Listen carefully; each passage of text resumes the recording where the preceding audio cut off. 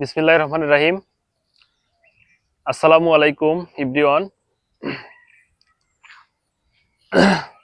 বর্তমান সময়ের বাবা মায়েদের উচিত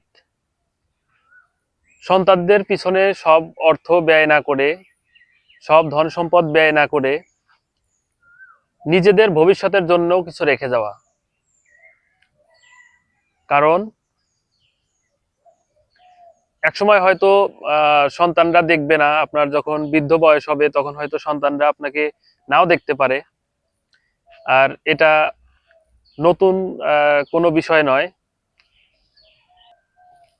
কারণ দিন যত যাচ্ছে ততই দেখা যাচ্ছে যে সন্তানদের হাতে পিতামাতা লাঞ্ছিত হচ্ছে, বঞ্চিত হচ্ছে। সন্তানরা তাদের অধিকাংশ সন্তানরা দেখা যাচ্ছে তাদের পিতামাতাকে সম্মান করছে না, বৃদ্ধ বয়সে তাদেরকে দেখাশোনা করছে না। তো একজন পিতা এবং একজন মাতা যখন সারা জীবন তাদের সমস্ত অর্থ তার সন্তানের পিছনে ব্যয় করেছে, তারা নিজেরা না খেয়ে, প্রয়োজনে নিজেরা না খেয়ে তার সন্তানকে খাইয়েছে, তো সেই সন্তান দেখা যায় বৃদ্ধ বয়সে আর তার বাবা মাকে দেখছে না। আর এরকম ঘটনা দিন দিন আমাদের সমাজে বেড়েই চলছে।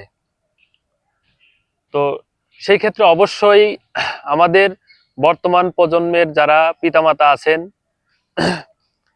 যাদের সন্তান এখনো ছোট, যারা সন্তানদেরকে মানুষ করছেন, তাদের উদ্দেশ্যে বলতে চাই, আপনারা আপনাদের সকল সয় সম্পদ আপনাদের সন্তানের পিছনেই ব্যয় করবেন না।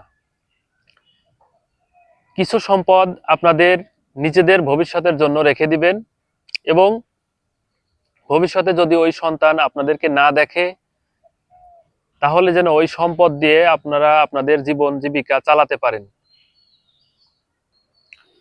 আর বর্তমান সময়ের জেনারেশনের প্রতি যেটা বলবো সেটা হচ্ছে যে আপনারা সবসময় আপনাদের পিতামাতার দেখাশোনা করার চেষ্টা করবেন। তারা যেমন ছোটবেলায় আমাদেরকে লালন পালন করেছেন, আমাদেরকে তারা সবকিছু ত্যাগ স্বীকার করে আমাদেরকে মানুষ করেছেন, আমরাও যেন সেটাই করতে পারি। তাদের বৃদ্ধ বয়সে যেন আমরা তাদের সেইভাবে লালন পালন করতে পারি, তাদের প্রতি আমরা সহায় হই, এবং মহান আল্লাহর দরবারে আমরা তাদের জন্য দোয়া করব। আমাদের পিতামাতা হচ্ছে মহান সৃষ্টিকর্তার পরেই পিতামাতার কে আমাদের ভালোবাসতে হবে। পিতামাতার প্রতি আমাদের সবসময় শ্রদ্ধাবোধ থাকতে হবে, তাদের কথা মতো চলতে হবে। তাহলেই আমরা আমাদের জীবনে সফলতা অর্জন করতে পারবো। তো অবশ্যই পিতামাতা আমাদের জন্য মহান আল্লাহর পক্ষ থেকে একটি বড় নেয়ামত। তো ধন্যবাদ সবাইকে।